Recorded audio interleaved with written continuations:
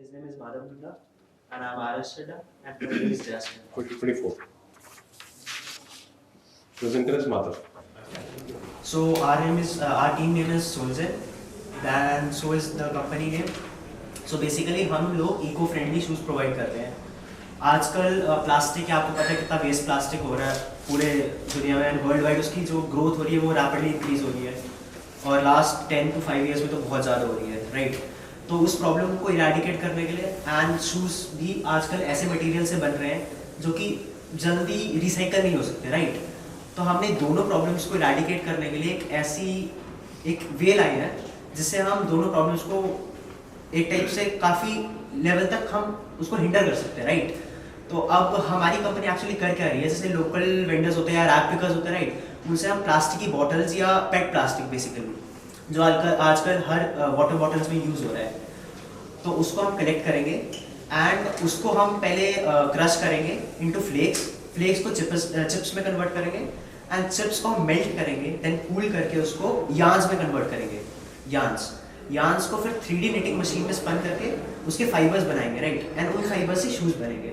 तो बेसिकली हम प्लास्टिक को शूज़ में कन्वर्ट कर रहे हैं, तो इससे क्या होगा, जो नॉन बायोडिग्रेडेबल प्लास्टिक होता है वो शूज़ में कन्वर्ट हो जाएगा, एंड प्लास्टिक की वेस्टेज भी कम होगी, और जो शूज़ जिसमें ऐसा प्रोडक्ट यूज़ होता है जो हम डिकम्पोज नहीं कर सकते या जो रिसाइकल नहीं हो सकता, वो रिसाइकलेबल हो जाएगा. तो बेसिकली जो हम शूज़ पहन रहे हैं वो रिसाइकल भी हो जाएंगे, वो वापस रिसाइकल भी हो जाएंगे, राइट. तो एक शूज़ से वापस एक शू बन सकता है, फाइन. और इसके लिए हम इस पे काफ़ी टाइम से इस आइडिया पे काम कर भी रहे थे, मतलब सोच भी रहे थे इसके बारे में, लेकिन रिसोर्सेज एज सच हम जनरेट नहीं कर सकते, कॉलेज स्टूडेंट्स हैं, राइट. एंड सो हमें इसके लिए प्रोटोटाइप के लिए फंडिंग चाहिए थी, राइट. हम अभी लार्ज स्केल पे नहीं, फिलहाल के लिए प्रोटोटाइप पे फंडिंग रेज करना चाहते हैं अराउंड 50 के अप्रॉक्स, क्योंकि हमें जो 3D निटिंग मशीन्स हैं उनको रेंटल पर्पस के लिए अभी या लीज पर्पस के लिए लेना पड़ेगा, क्योंकि हम we can not buy a product until and unless हमें प्रोटोटाइप का रिजल्ट नहीं पता. तो रेंटल बेसिस पे हम पहले लीज पे निटिंग मशीन्स लेंगे. रैप पिकर्स से अराउंड 8 बॉटल्स के आसपास चाहिए होता है हमें एक शू का पेयर बनाने के लिए.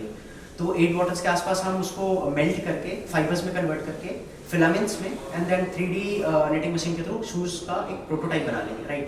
और प्रोटोटाइप यूजुअली बैचेस में होता है, तो वो डिपेंड करता है कि कंपनी जो हमारे साथ कोलैब कर रही है वो बैचेस कितने के लेगी, तो उसके हिसाब से फंडिंग रेज करेंगे. एंड बेसिकली और भी चीज़ें, जैसे अभी ये काफ़ी कंपनी जैसे नीमैन हो गया, थैली हो गया, जो इस पे ऑलरेडी काम कर रही है, लेकिन द प्रॉब्लम इज थैली का प्राइस हाई है एंड नीमैन अपनी वैरायटीज प्रोवाइड नहीं करता, राइट. उनके उसमें सिर्फ 2 शूज़ हैं जिसमें कलर वैरायटीज अवेलेबल है, लेकिन डिज़ाइन वैरायटीज अवेलेबल नहीं है. एक शू है जो कॉटन का है, जो बेसिकली इको फ्रेंडली तो नहीं बोल सकते हम, क्योंकि वो प्लास्टिक से रिलेटेड कुछ नहीं है, और जो एक शू है वो प्लास्टिक की नॉर्मल डिज़ाइन पे वर्क करता है, राइट. तो उसमें वैरायटीज़ अवेलेबल नहीं है, तो उसकी वैरायटीज़ हम प्रोवाइड करेंगे बेसिकली. तो होगा क्या कि काफ़ी लोगों को ये चीज़ मिल भी जाएगी, एंड हम इसकी डिस्ट्रीब्यूशन लो लेवल और लोकल लेवल पे भी करेंगे, ऑनलाइन के साथ साथ लोकल लेवल पे भी. Thank you sir.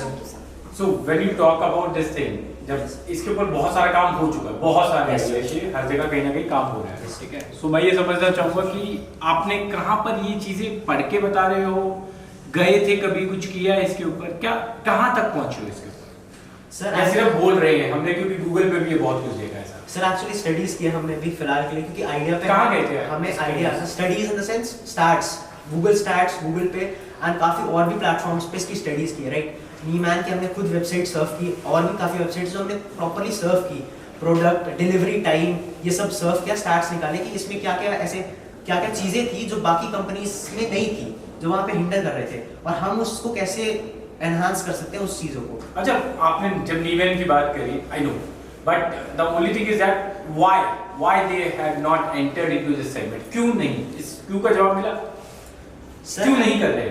Sir as such Niemann जो कंपनी है वो इंडिया बेस्ड कंपनी है, राइट. Absolutely. और जो फिलामेंट्स वो बना रहे हैं उनकी ऑफ कोर्स अगर वो कलर्ड फिलामेंट्स बनाएंगे, राइट, क्योंकि यार्न्स के बेसिस उनकी भी फाइबर के बेसिस पे ही है जो कंपनी रन हो रही है, राइट. और अगर वो प्लास्टिक फाइबर्स बनाते हैं, अगर प्रॉब्लम ये थी कि अगर फाइबर्स को ऊपर से कोट किया जाए, राइट, अपर कोट किया जाए कलर का या किसी भी चीज़ का, तो वो कुछ टाइम बाद खराब हो जाएगा. दैट्स द फैक्ट, क्योंकि प्लास्टिक के ऊपर अगर आप कुछ भी चीज़ कोट करोगे वो कुछ टाइम बाद खराब हो जाएगी. तो प्लास्टिक के ऊपर चीज़ें नहीं कोट कर सकते आप.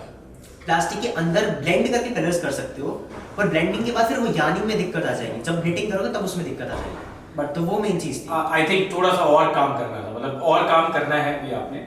Yes, sir. अभी मेरे लिए तो मतलब बहुत अर्ली, बहुत अर्ली। Yes, मतलब जस्ट बीइंग कि गूगल से पढ़ा हुआ, मतलब थोड़ा काम और करेंगे। सर काफ़ी चीज़ें भी और भी थी कि जैसे I have been coding for several years, तो उसके लिए एप्लीकेशन और वेबसाइट भी मैं डेवलप कर सकता हूँ।